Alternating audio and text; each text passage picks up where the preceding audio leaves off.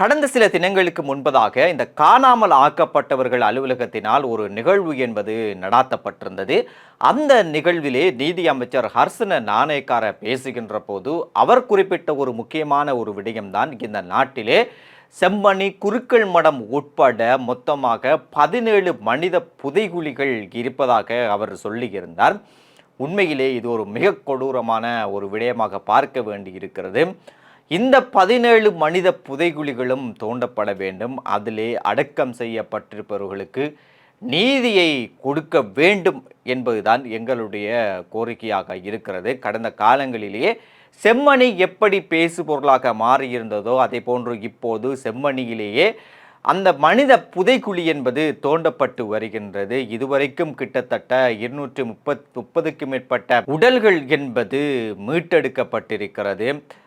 இன்னும் அந்த தோண்டுதல் பணி என்பது மேற்கொள்ளப்பட்டு வருகிறது. செம்மணியை போலத்தான் மட்டக்களப்பிலேயே குருக்கள் மடமும், அந்த குருக்கள் மடம் மனித புதைகளிலே 160 முஸ்லிம்கள் புதைக்கப்பட்டிருப்பதாக சொல்லப்படுகிறது. விடுதலை புலிகளுடைய காலத்திலே விடுதலை புலிகளினால் இது நடந்திருக்கலாம் என்ற ஒரு குற்றச்சாட்டும் இருக்கிறது. இந்த குருக்கள் மடம் மனித புதைகுழி தோண்டப்பட வேண்டும், அதிலே நீதி கிடைக்க வேண்டும் என்று ஏற்கனவே சில வழக்குகள் போடப்பட்டிருந்தாலும் இப்போது குரல்கள் அமைப்பு என்பது ஒரு சுயாதீனமாக செயற்படுகின்ற எந்த அரசியல் கட்சி சார்பற்ற ஒரு அமைப்பாக, ஒரு சிவில் அமைப்பாக செயற்பட்டு வருகிறது. அவர்கள் இப்போது இந்த செம்மணி வந்ததன் பின்னர் முன்வந்து இந்த வழக்கை திரும்பவும் நீதிமன்றத்துக்கு கொண்டு செல்கிறார்கள். அதன் பின்னர் இப்போது நீதிமன்றத்தினுடைய உத்தரவின் அடிப்படையிலேயே இந்த குருக்கள் மடத்தை தோண்டுவதற்கான அனுமதி என்பது கிடைக்கப்பட்டிருக்கிறது. அது குறித்தான வேலைகள் எதிர்வரக்கூடிய நாட்களிலே நடக்கும் என்றும் சொல்லப்படுகிறது. இந்த நிலையில்தான் நேற்று நீதி அமைச்சர் ஹர்சன நாணயக்கார குருக்கள் மடத்திற்கு நேரடியாக விஜயம் செய்திருந்தார். அங்கிருக்கின்ற நிலைமைகளை பார்வையிட்டு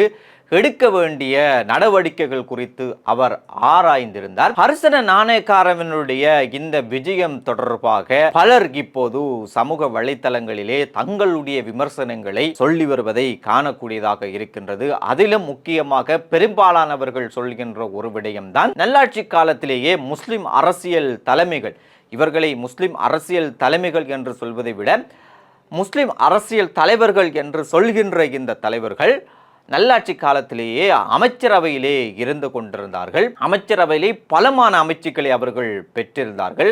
அவர்கள் சொல்வதை கேட்கின்ற அளவுக்கு தான் அன்றைய நல்லாட்சி அரசாங்க காலம் இருந்திருந்தது. நீதி அமைச்சு கூட ஒரு முஸ்லிம் கட்சி தலைவருக்கே இருந்தது. ஆனால் அவர் இந்த குருக்கள் மடம் குறித்து நினைத்து கூட பார்க்கவில்லை. சாதாரணமாக ஒரு மனிதன் ஒரு விடயத்தை நினைத்து கூட பார்ப்பார். ஆனால் இவர் அந்த குருக்கள் மடம் சம்பந்தமாக நினைத்து கூட பார்க்கவில்லை. ஆனால் அந்த மக்களுடைய, குறிப்பாக கிழக்கு மக்களுடைய, முஸ்லிம் மக்களுடைய வாக்குகளை ஒவ்வொரு நாளும் எடுத்துக்கொண்டு அமைச்சு பதவிகளையும் பெற்றுக்கொண்டதை ஒழிய இந்த புதைக்கப்பட்டிருக்கின்ற இந்த 160 முஸ்லிம்கள் குறித்து அந்த இடத்துக்கும் செல்லவில்லை. அவருடைய அமைச்சுக்கு கீழே இருந்தும் அது குறித்து நினைத்தும் கூட பார்க்கவில்லை என்பது குறித்தும் பலரும் சமூக வலைத்தளங்களிலே எழுதி வருவதை காணக்கூடியதாக இருக்கிறது. இதே முஸ்லிம் அரசியல் தலைமை என்பவர் தான் ஆரம்பத்திலே குரல்கள் அமைப்பானது இந்த வழக்கை திரும்பவும் கொண்டு வர போகிறது என்பதை தெரிந்து கொண்டு அதற்கு பெயர் எடுத்துக் கொள்வதற்காக முந்தி அடித்துக் கொண்டு பார்லிமென்றத்திலே அது குறித்து பேசினார் என்கின்ற குற்றச்சாட்டையும் அவர்கள் முன்வைத்தார்கள். இப்படி அவர் பேசினாலும் அது அவருக்கே ஒரு பெக்ஃபயராக அது மாறியிருந்தது. அது எடுபடவில்லை என்பது குறித்தும் பலரும் குற்றம் சாட்டி வருகின்றனர்.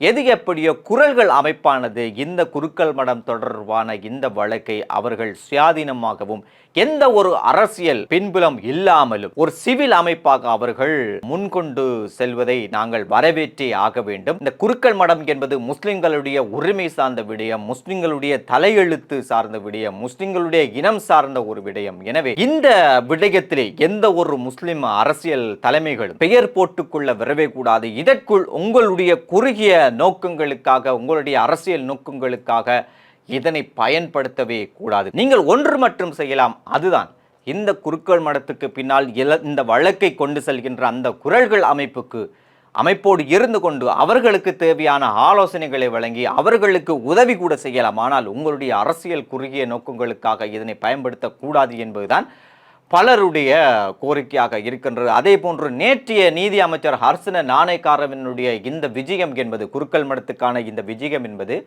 முஸ்லிம் அரசியலுக்கு விழுந்த ஒரு பெரும் அடியாகவும் இன்னொரு பக்கத்திலே பார்க்க வேண்டியிருக்கிறது. முஸ்லிம் அரசியலுக்கு கிடைத்த பெரும் அடி என்பதை விட முஸ்லிம் அரசியல் தலைமைகளினுடைய இயலாமையை தான் நேற்றைய அவருடைய விஜயம் என்பது சுட்டி காட்டுகிறது என்பதை தான் இன்னும் பலர் சொல்லி வருவதை காணக்கூடியதாக இருக்கிறது.